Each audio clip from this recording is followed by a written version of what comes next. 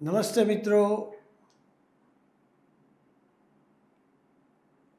આરંભ ગુર્વી ક્ષયણી ક્રમેણ પુરા લઘ્વિમતિ ચ પશ્ચાત દિનસ્ય પૂર્વાર્ધ પરાર્ધ ભિન્ના છાયેવ મૈત્રી ખલ સજ્જનાનામ. આ સુભાષિતમાં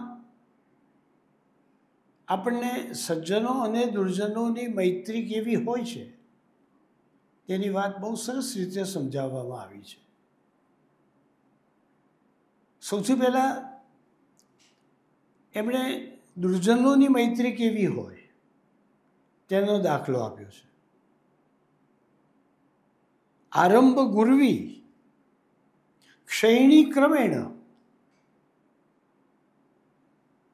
પુરા લઘ્વિમતિ ચ પશ્ચાત દિનસ્ય પૂર્વાર્ધ પરાર્ધ ભિન્ના. શરૂઆતમાં છાયા એટલે કે પડછાયો, દિવસે પહેલા અડધા ભાગમાં શરૂઆતમાં આરંભ ગુર્વી, એ છાયા મોટી હોય છે, એ પડછાયો મોટો હોય છે. તમે જોશો તો દિવસના પહેલા અડધા ભાગનો પડછાયો મોટો હોય છે. પછી જેમ જેમ સવારથી બપોર થવાનો સમય આગળ વધતો જાય તેમ તેમ એ પડછાયો નાનો નાનો નાનો નાનો થઈ જાય છે.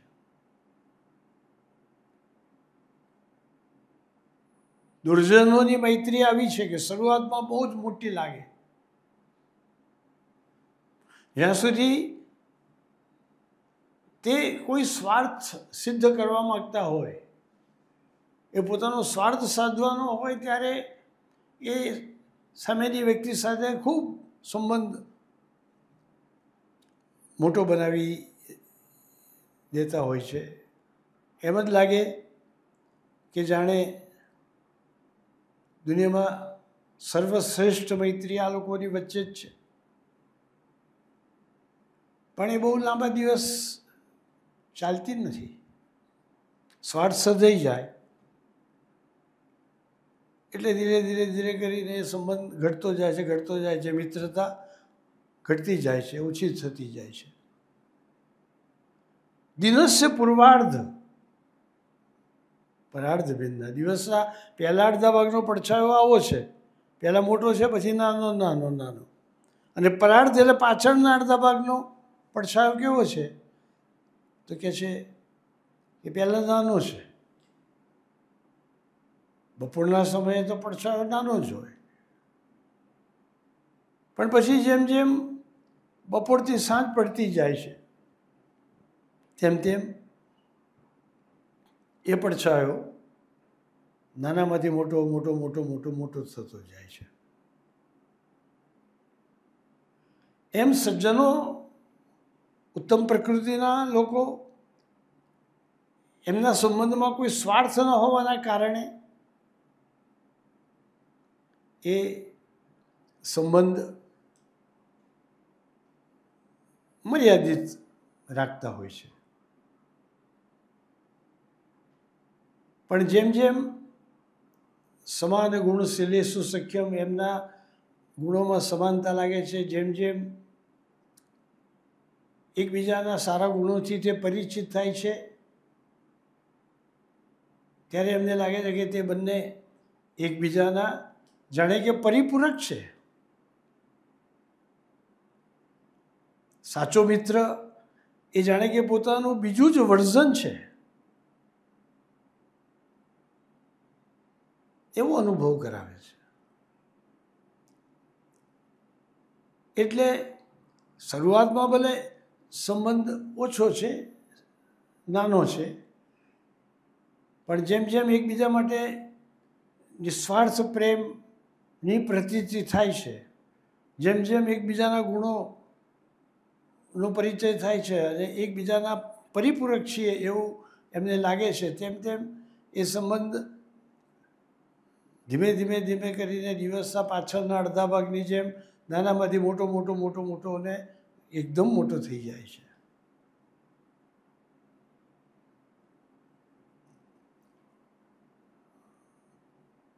ભગવાન શ્રી કૃષ્ણે જેમ સુદામાની સાથે મિત્રતાનું ઉત્તમ ઉદાહરણ પૂરું પાડ્યું, એવી રીતે ભગવાન શ્રી કૃષ્ણ સાથે બહુ લાંબા ગાળા સુધી પરમ મિત્રતા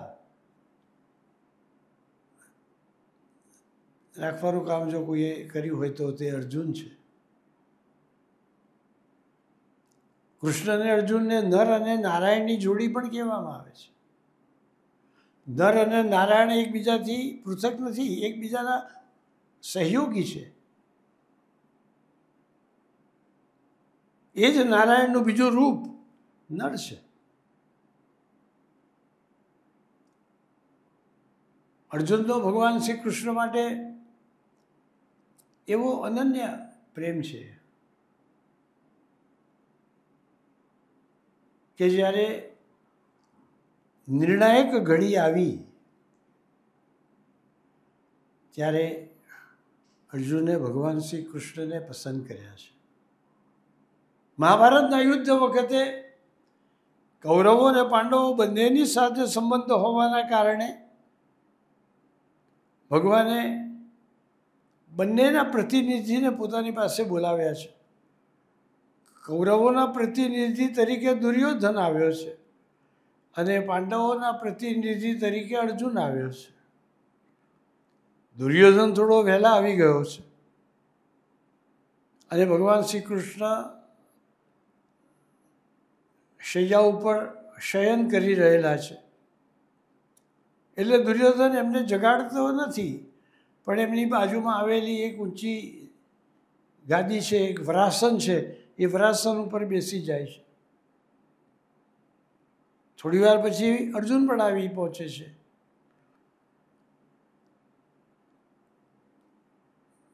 દુર્યોધન બેઠો એવું એક ઊંચું આસન બીજી બાજુ પણ હતું, પણ અર્જુન ત્યાં જઈને બેસતો નથી, પણ અર્જુન ભગવાન શ્રી કૃષ્ણના ચરણારવિંદ પાસે બેસી જાય છે. આ એક બહુ મહત્વની બાબત છે. જેવી ભગવાનની આંખ ખુલે છે, સામે જ અર્જુનને બેઠેલો જુએ છે. ભગવાનની પાસેથી આપણે કોઈ ઉત્તમ વસ્તુની પ્રાપ્તિ કરવી હોય તો આપણે ભગવાનની સન્મુખ રહેવું જોઈએ. એટલે અર્જુન એની વિવેક બુદ્ધિ અનુસાર ભગવાનની સામે બેઠો છે, ભગવાનની પાછળ નથી બેઠો. દુર્યોધન ભગવાનની પાછળ, એમના માથાની પાછળ જે વરાસન છે તેના ઉપર બેઠો છે.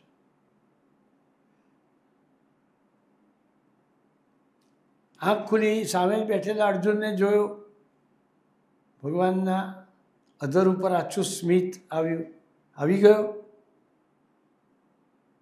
એ જવાબ આપે કે હું આવી ગયો એ પહેલાં તો પાછળથી દુર્યોધન કહે છે હું પણ આવી ગયો છું અને હું પહેલો આવ્યો છું.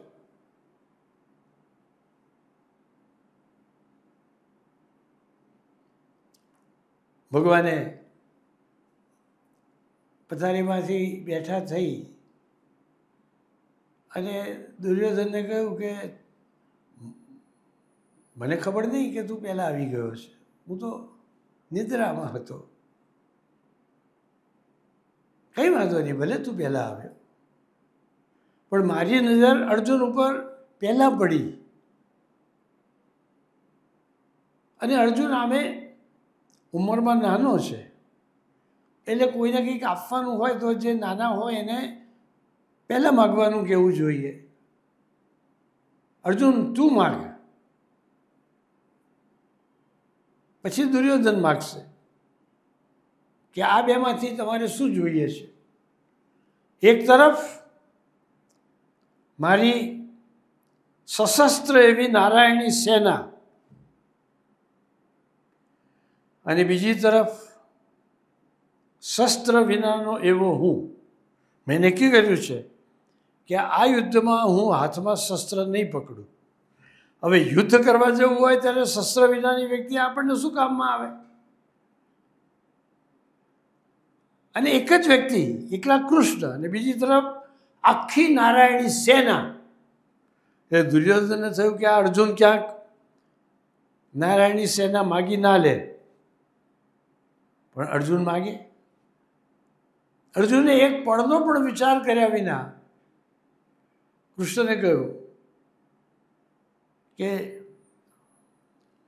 મારે તો શસ્ત્ર વિનાના એવા તમે જ મારા પક્ષે રહો એવું જોઈએ છે.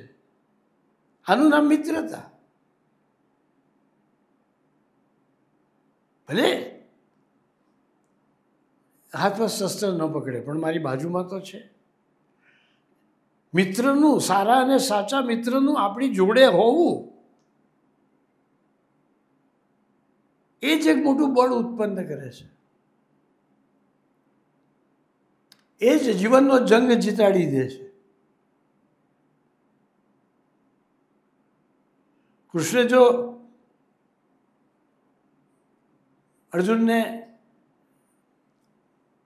માગવાનું કહ્યું અને એ વખતે જો અર્જુને આખી જિંદગી કૃષ્ણ સાથે મિત્રતા નિભાવી, એ પછી પણ સ્વાર્થમાં આવી કે યુદ્ધમાં તો શું કામ છે એમ કરીને મિત્રને છોડી દીધા હોત, કૃષ્ણને છોડી દીધા હોત, તો મહાભારતના યુદ્ધનું પરિણામ કંઈ જુદું જ લખાયું હોત.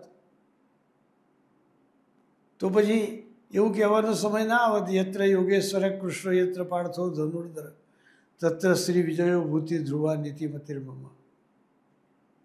જ્યાં કૃષ્ણ છે, જ્યાં અર્જુન છે, ત્યાં શ્રી એટલે લક્ષ્મી, ઐશ્વર્ય અને વિજય આ બધું આપમેળે આવી જાય છે.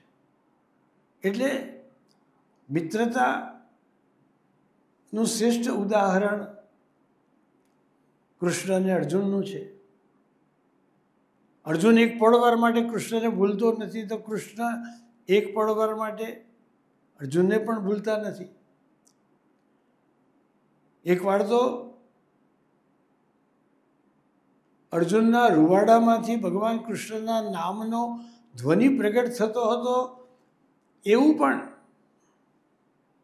બધાને જોવા મળ્યું હતું. આવો ભક્ત કોણ હશે કે જેના રૂવાડામાંથી કૃષ્ણના નામનો ધ્વનિ સતત નીકળી રહ્યો છે.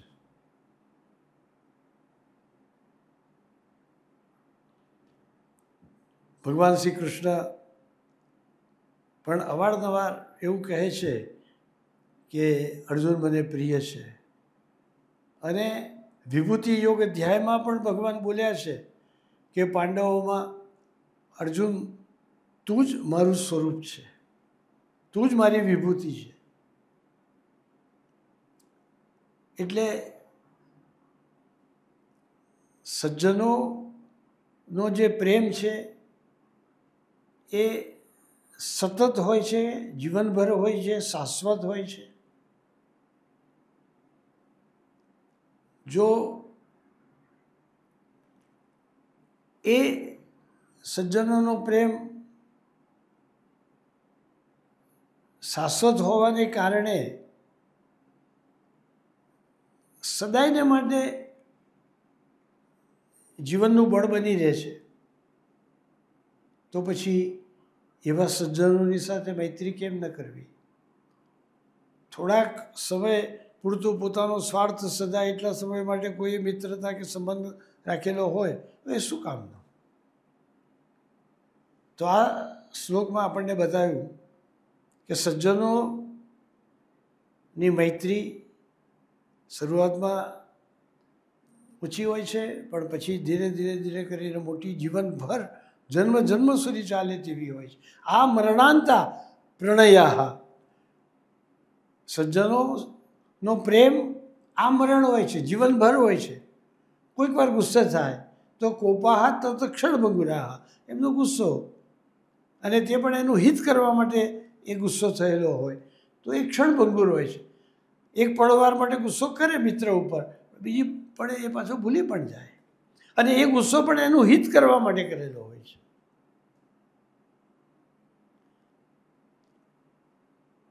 બહુ સુંદર ઉદાહરણ દ્વારા આપણને દુર્જનો અને સજ્જનોની મૈત્રીનો સંબંધ કેવો હોય છે તે આ સુભાષિતમાં બતાવ્યું છે.